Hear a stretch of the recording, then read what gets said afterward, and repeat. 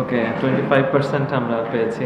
আর বাকি 25% একটা চেক আছে, যেটা আসলে খুব তাড়াতাড়ি এটা ক্যাশ হয়ে যাওয়ার কথা। সো উইদিন ম্যাক্সিমাম প্লেয়ারই তো পেয়েছে যতটুকু আমি জানি। দু একজন বাদ আছে কিনা আমি জানি না আসলে, বাট যতটুকু জানি আসলে আমার ইনিংস নিয়ে ওরকম কোনো স্পেশালি বলার কিছু নাই। আমি আসলে স্কোরবোর্ড এরকম শুধু দেখতেছিলাম যে ম্যাচটা কতটুকু ক্লোজে নিয়ে যায়, রান রেট কত চলতেছে। আমার ব্যাটিং আসলে শুধু মনে করছি যে উইকেটে থাকতে থাকি এবং বল অনুযায়ী ব্যাটিং করতে থাকি, যা আমি পারি ততটুকু এক্সিকিউশন করতে থাকি, কাকে মারা যায় কী করা যায় এসব নিয়ে আসলে জিনা। আমার ব্যাটিং নিয়ে আসলে প্রথমে একটা আফিফের হাতে একটা ক্যাচ ছিল, 6-7 রানে আউট হয়ে যেতে পারতাম। সো আল্লাহ তালা দিয়েছে বিধায় আসলে একটা বড় রান হয়েছে। তাছাড়া আসলে ম্যাচ জেতাতে পারলে আলাদা একটা শান্তি লাগতো। আসলে এরকম ম্যাচ কিন্তু জেতানোটা একটা ব্যাটসম্যানের জন্য একটা ড্রিমের মতো থাকে, যে লাইফ টাইমে এরকম 5-6টা সে ম্যাচ জেতাবে একা নিজের হাতে। তো জেতাতে পারলে হয়তো নিজের ইনিংসটা অন্যভাবে আপনাকে আমি সামারি করতে পারতাম, বাট এখন আসলে সামারি করার মতো কিছু না। হ্যাঁ, একটা সংখ্যাই তো, ভালো সংখ্যা, সুন্দর সংখ্যা, বাট আফসোস থেকে যাবে আমার মনে হয় এটা। আসলে আমি 2টা বল, ফুল টাচ বল, লো ফুল টাচ বল আমার মনে হয় মিস হয়ে গেছে। একটা এই পাশ থেকে যে বল করলো, আর একটা হাসানের বলে যেটা ফুল টাচ বলে, আমি ওইটা একটা, এই 2টা বাউন্ডারি হতে পারতো আমার দিক থেকে, এটা আমি মিস করেছি আমার মনে হয় এখন। আর রায়ান বার্ন অবশ্যই খুব ভালো শেপে তো আছেই থ্রু অফ দ্য টুর্নামেন্টে। আমার মনে হয় এবার বিপিএলে Khushdil Shah, Ryan Burl one of the best foreigner মানে পারফর্ম করতেছে। তো আমার মনে হচ্ছে যে ও থাকলে অবশ্যই একটা চান্স তো ছিলই।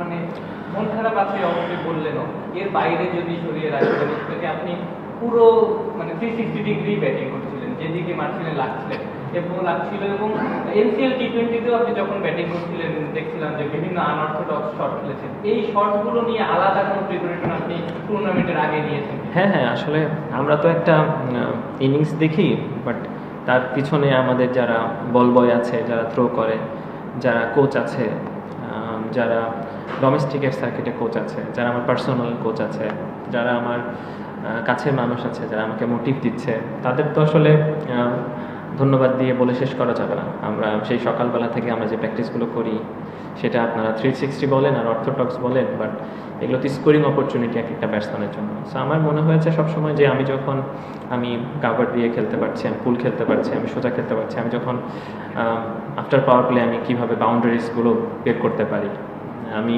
ডেফিনেটলি পোলার্ড বা রাসেলের মতো এরকম করে আমি দাঁড়ায় দাঁড়ায় 6 মারতে পারবো না, 5টা 6টা, বাট আমি 30-এর জায়গায় আমি 15-20 কীভাবে নিতে পারি, সেটা আমি কি কোন ওয়েতে।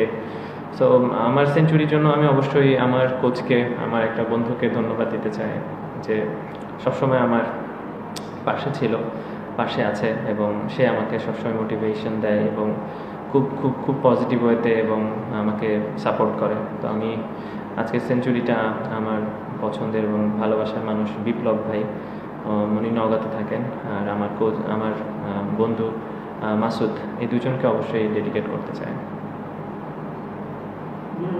দেখি যে আপনার ওপেনিং স্লটে আসলে মোহাম্মদ হারিস সবসময় থাকছেন, দেশিটা চেঞ্জ হচ্ছে, দেশি ক্রিকেটারটা চেঞ্জ হচ্ছে, কিন্তু হারিস কিন্তু আসলে এখন পর্যন্ত তেমন কিছুই করেনি। এক ম্যাচে শুধু 30 ক্রস করেছে, বাকি 7 মিনিট 30-এর কম, এবং তার স্ট্রাইক রেট খুব বেশি এমনও না। তো আসলে দেশিদের উপর আপনারা ইনভেস্টটা করতে চাচ্ছেন না, দেশিদের বদলাচ্ছেন, কিন্তু তাকে রেখে দিচ্ছেন, মানে সে তো এক্সপিরিয়েন্স মিট করতে পারছে না। এখন কি তাকে নিয়ে আসলে সেকেন্ড করে যাবেন কি? আপনি কাকে খেলাবেন? তাকে দেশিদের তো সুযোগ তো দেওয়া যায়। কে, নাম কি? সাব্বির। সাব্বির, ওকে, ভালো খেলছে। ওকে, আসলে ঠিক আছে, এটা আমার টিম ম্যানেজমেন্টের সাথে কথা বলবো। আমি তো একাই রেসপন্সিবিলিটি নাই, আমি আসলে টিম ম্যানেজমেন্ট জানাই, আমাকে কোচ জানাই, এবং সবাই মিলে। এবং হ্যারিস কিন্তু লাস্ট পিএসএল যেটা ওদের যে ডোমেস্টিক সার্কিটেও কিন্তু ম্যান অফ দ্য টুর্নামেন্ট হয়েছে ফিল্ডিং কিপিং। হ্যাঁ, তো এবং ন্যাশনাল টিমের রিপ্রেজেন্ট করে, ইয়াং ছেলে। সো সেই ক্ষেত্রে কিন্তু আমরা অবশ্যই অপরচুনিটি, এবং আমাদের স্টার্টিং যেরকম দরকার হয় একটা টপ অর্ডারের ক্ষেত্রে, অনেক সময় টিমের কিন্তু ডিমান্ড করে না যে একটা টপ অর্ডার 20 ওভার পর্যন্ত খেলবে। 5 ওভারে 50 রান হয়ে গেছে, 6 ওভারে 65-60 রান হয়ে গেছে বা 45 রান হয়ে গেছে, এটাও কিন্তু অনেক সময় অনেকে চায়। সো হ্যারিস যেগুলো খেলছে কিছু কিছু নিয়ে, আজকেও যেমন জিসানের সাথে একটা 50 রানের একটা পার্টনারশিপ হয়েছে। সো হচ্ছে ডেফিনেটলি আপনি যার কথা বললেন সাব্বির, সে অবশ্যই ডোমেস্টিকে লাস্টে এনসিএলে ভালো খেলেছে, আবার ফার্স্ট ক্লাসও ভালো খেলেছে এবং ওই জন্য সে সুযোগও পেয়েছিল 2টা ম্যাচে, একটা ম্যাচে। সো ডেফিনেটলি আসলে সেক্ষেত্রে সুযোগ কাজে লাগানোটা খুব জরুরি হয়ে যায় কিছু কিছু জায়গাতে, যে একটা অপরচুনিটি, দুটো অপরচুনিটি পেলে যেন কাজে লাগাতে পারে। আশা করি সুযোগ আসলেও যেন কাজে লাগাই। আপনি নিজেও তো আসলে ওপেনিংয়ে খেলেন। আসলে জিসানকে পিছনে ব্যাটিং করানো একটু আমার জন্য ডিফিকাল্ট অ্যাজ এ ক্যাপ্টেন। আমি যদি এটা আমার চয়েস আমি মনে করি যে, এবং জিসান পাওয়ার প্লেতে যথেষ্ট ভালো মানে আমরা দেখে আসছি এবং আশা করি ও ফিউচারেও ভালো করবে। আর হ্যারিস তো ডেফিনেটলি টপ অর্ডার ব্যাটিং করে। আর আমি গেমটাকে বড় করতে পারবো যতটা না ওরা আসলে হেল্প করতে পারবে টিমকে। তা আমি যতক্ষণ উইকেটে থাকি ম্যাচটাকে বানানোর চেষ্টা করি, গেমটাকে যেভাবে যাচ্ছে সেটা আমাদের দিকে নিয়ে আসা যেভাবে হোক। কিছু সময় ফেল করি, কিছু সময় হয়, বাট আমি গেমটাকে as a captain as a build করার ট্রাই করতেছি এবং আমি মনে করি আমি আমার ডিউটিটা হয়তো কিছু হলেও ট্রাই করছি, চেষ্টা করছি আর কি। না, ব্যাপারটা আসলে টপ রান দিয়ে আসলে অনেক সময় অনেক কিছু হয় না।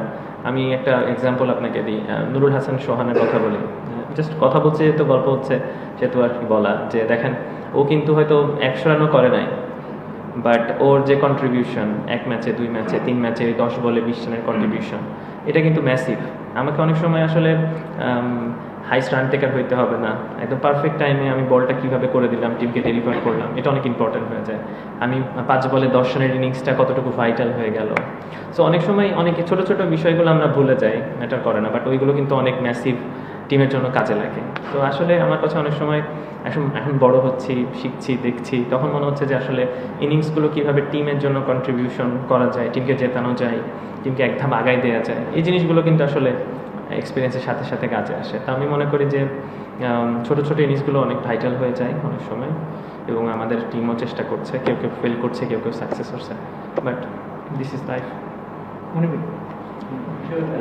অভিনন্দন আপনাকে সেঞ্চুরি ভালো একটা ম্যাচ আমার কথা হচ্ছে যে আপনি যেটা বললেন সোহানের কথা, এরকম আমরা আমাদের লোকাল প্লেয়ারদের কাছ থেকে আরো বেশ কিছু ইনিংস আমরা দেখেছি। অবশ্যই ফার্স্ট ম্যাচের কথা যদি বলি, সেই সিরিজ 94 সবকিছু মিলে এবার লোকাল প্লেয়ারদের কাছ থেকে আমরা কিছু অ্যাটাকিং ইনিংস দেখছি। এটা যেমন positive, at the same time আপনার কি মনে হয় যে মানে বিদেশি ক্রিকেটার, বড় ক্রিকেটার না থাকার একটা সুফল এটা, বা অথবা বড় ক্রিকেটার থাকলে আরো বেশি কিছু তারা শিখতে পারবে, এই জিনিসটা আপনি কিভাবে দেখেন? ওকে, আপনি থ্যাংক ইউ। আসলে আমি খেলাটাকে খুব ছোট্টভাবে এবং খুব নিখুঁতভাবে অবজার্ভ করার ট্রাই করি। যেমন আপনি মাহিদুল অঙ্কন যে ইনিংসগুলো ছোট ছোট খেলছে, এবং আপনি যদি দেখবেন জাকির আলী অনিক, জাকির হাসান যেসব ইনিংসগুলো খেলছে, এবং আপনি যদি দেখেন শামীম পাটোয়ারির 1-2টা দারুণ ইনিংস, আজকে আফিফের ইনিংস, আসলে আমাদের ছেলেগুলো কিন্তু বাইরের লিগগুলো খেলতে পারে না, অপরচুনিটি আসে কম, এবং আমাদের দেশের নামটাও অনেক সময় বাংলাদেশ। তো আসলে বাংলাদেশের প্লেয়াররা কিন্তু ফ্র্যাঞ্চাইজি গেম অনেক কম খেলে। আমরা সাকিব ভাইকে, আমরা মুশফিক ভাইকে, তামিম ভাইকে, মুস্তাফিজ, কিছু তাসকিনকে আমরা কিছু কিছু জায়গায় খেলতে দেখি, কিন্তু যখন আফগানিস্তানের প্লেয়ার যারা ন্যাশনাল টিমকে রিপ্রেজেন্ট করে না, তারা কিন্তু বিগ ব্যাশ খেলছে, আইপিএল অনেক সময় থাকছে, তো আসলে তারা অপরচুনিটি অনেক বেশি পাচ্ছে, তখন তারা বড় প্লেয়ারের রূপান্তরিত হয়ে যাচ্ছে, কারণ তারা ফ্র্যাঞ্চাইজি বড় গেমগুলো খেলে। বাট আমাদের প্লেয়ারদের মধ্যেও যে সেই কোয়ালিটিগুলো আমি মনে করি আছে, এবং তারা আসলে প্রমাণ করার সুযোগ তখনই পায় যখন এই ম্যাচগুলো হয়, তাদের কাছে বল থাকে, তারা অপরচুনিটি পায়। তা আমার কাছে মনে হয় আমাদের যে নামগুলো বললাম, দে হ্যাভ এ ক্যাপাবল, মানে তাদের ক্যাপাবিলিটি আছে যে তারা ভালো করবে, এবং তারা করছে। এবং আমি মনে করি ট্যালেন্টের থেকে পারফর্মার সবসময় অনেক বেশি জরুরি একটা টিমের জন্য। So I am talent, but আমি পারফর্ম করছি না টিমের জন্য। সো আমার মনে হয় আমাদের এই ছোটো ছোটো ইনিংসগুলো যদি বড় করতে পারে, কনসিস্টেন্ট হতে পারে, তা আমার মনে হয় আমাদের এই নামগুলো বলছি, এইগুলোই আসলে সোহান, সো এই নামগুলোই আসলে বড় প্লেয়ার আকারে রূপ নিবে। অবশ্যই বিপিএলের কিছু স্লট থাকে, এটা আমরা সবাই জানি যে আইপিএল, ফ্র্যাঞ্চাইজি লিগ এত বেশি হয়ে গেছে, সেখানে আসলে অনেক প্লেয়ার আসেও না, সুযোগও হয় না। তো সব মিলিয়ে আমি মনে করি এরা দারুণ ক্রিকেট খেলছে, এবং আশা করি এরা কন্টিনিউ করবে, তাদের নিজেদেরকে বড় হিসাবে আসলে তুলে ধরবে। কাজ করছেন প্রিয়। আপনি যেমন টপে আছেন, এই ম্যাচের আগে আপনাদের আগের ম্যাচে ইয়াসিরও টপে ছিল রান হিসেবে, হাইস্ট উইকেট টেকার। তার মানে আপনাদের হচ্ছে ইন্ডিভিজুয়াল পারফরমেন্স ভালো, কিন্তু আপনি ওই যে বললেন যে ছোট ছোট কিছু পারফরমেন্স, আপনার কাছে কি মনে হয় ছোট ছোট পারফরমেন্সটা গুরুত্বপূর্ণ মোমেন্টে আপনাদের ক্রিকেটাররা দিতে পারছে না বলেই একটু সমস্যায় আছেন আপনারা? আসলে সত্যি বলতে যে আমাদের কিন্তু বিপিএল যদি ধরেন, আমাদের টিমে হাতে কোনো 5-6টা প্লেয়ার আছে যারা বিপিএলে লাস্ট 5 বছর নিয়মিত ম্যাচ খেলেছে। মানে এরা কিন্তু একদমই বিপিএলটাকে নতুন। আপনি যদি ধরেন, আপনি জিসানের কথাই বলি, জিসান কিন্তু ফার্স্ট, হ্যারিস কিন্তু এবার বিপিএলে প্রথম। আপনি তারপরে যদি